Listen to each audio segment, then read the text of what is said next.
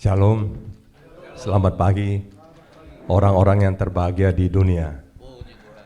Kenalkan diri saya Lukas, punya seorang istri dan 3 orang anak, 1 mantu dan 1 cucu perempuan berumur 9 bulan. Terima kasih. Dalam hidup saya ingin menyaksikan kebesaran Tuhan. Dalam hidup saya pernah 2 kali kecelakaan yang mematikan. Pertama di tahun waktu kuliah di tahun 1987 di LA. Waktu itu masih muda, habis minum, pulang membawa mobil, ngebut dan menghantam di tol pembatas jalan. Yang mobilnya depannya habis semua, dan pada waktu sudah ada airbag dan Tuhan masih mengizinkan saya untuk hidup. Yang kena hanya tulang hidung yang retak. Akhirnya diselamatkan. Dan kedua kali di tahun 2021 waktu COVID, virus Delta yang ganas itu, dalam keadaan, mungkin slide-nya ada ya.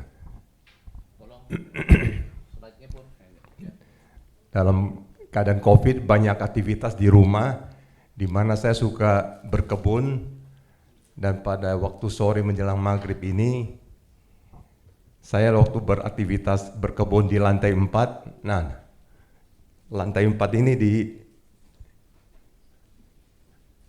pintu ini udah 2 meter 80. Ditambah lagi dari sini ke atas lagi, ini saya berdiri di sini. Ini ada tangga darurat ya.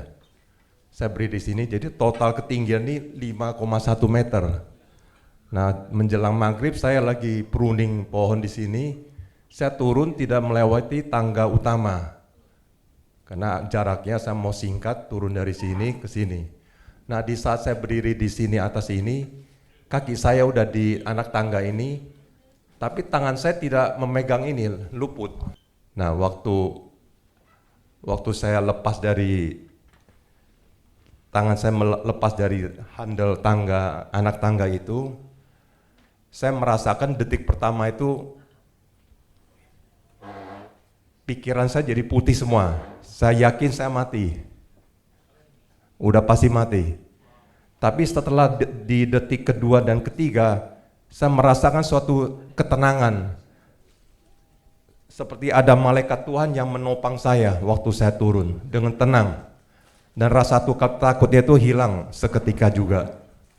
Dan bayangkan sebelum saya jatuh ke bawah, bisa lihat slide yang tadi. Nah, bayangkan ini. Badan saya jatuhnya ke belakang. Dan punggung saya ini diizinkan Tuhan tuh mendarat di sini, di beton ini. Beton ini sampai hancur. Lihat nih betonnya. Nah, tentunya kepala saya pasti di sisi kaca ini. Sama sekali kepala saya tidak tersentuh, kaca tidak pecah, leher saya tidak kena, yang kena hanya tulang rusuk saya yang di belakang ini.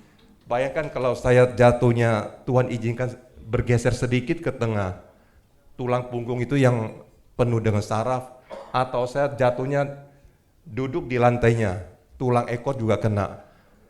Biarpun hidup itu pasti cacat seumur hidup atau buta, tapi Tuhan selalu izinkan tuh tepat pada titiknya ini. Jadi tidak ada alasan saya tidak mati. Pasti mati. Kalau Tuhan tidak izinkan punggung saya yang kena, tulang rusuk saya yang kena, saya sudah meninggal pada saat itu juga. Dan 5 rusuk yang retak, 2 yang patah dan disambung. Nah itu 2 yang patah, sisanya 5 yang retak. Itu disambung. Dan kata dokter, bersyukur ini tulang rusuknya tidak patah dan menembus ke paru-paru. Kalau itu menembus ke paru-paru juga menjadi suatu komplikasi, mungkin bisa tertolong atau tidak. Tapi ini semua karena anugerah Tuhan yang terlebih dahulu yang menolong kita. Jadi poinnya ini sebenarnya kita hidup ini bukan dari melihat mujizat Tuhan. Mujizat itu hanya satu sarana. Karena manusia kalau melihat mujizat saja, bagaimana kita bandingkan dengan bangsa Israel yang melihat mujizat selama 40 tahun dari tanah perbudakan kepada tanah perjanjian, yaitu di Kanaan. Siang melihat tiang awan, malam tiang api, mana dari surga, melihat laut dibelah menjadi dua waktu dipimpin Musa, dan yang terakhir di waktu di mana Yesus malam terakhir berdoa di Taman Getsemani, Yesus ditangkap oleh prajurit Romawi. Disitulah Yesus melakukan mujizat terakhir, yaitu Simon Petrus yang sangat membela Yesus dengan cara emosional, memotong telinga dari prajurit Romawi itu. Dan pada saat itu juga Yesus dengan tenang mengambil telinga itu dan menyambung kembali prajurit itu. Dari situ sebenarnya orang yang harus bertobat dan menerima Yesus adalah prajurit yang melihat mujizat telinganya sendiri yang disambung. Tapi apakah prajurit itu bertobat dan menerima Yesus? Sama sekali tidak. Jadi poinnya itu kita hidup bukan dari mujizat, karena mujizat tidak membuat manusia bertobat atau menerima Yesus. Poinnya kita harus melihat penderitaan Yesus dengan darahnya yang mahal, yang sudah berkorban buat kita, apalagi kita 1 bulan lagi ke depan akan menyongsong Jumat Agung. Mari kita renungkan penderitaan Yesus selama 1 bulan ke depan. Saya ingin menyampaikan waktu saya jatuh itu, di mana rumah sakit itu semua penuh. Tapi pada waktu itu istri teringat, telepon ke istrinya Pak Wilson, Ibu Yong. Di situ Pak Wilson membantu saya tuh menyarikan rumah sakit di Pondok Indah. Padahal di zamannya COVID Delta itu susah mendapat rumah sakit karena penuh.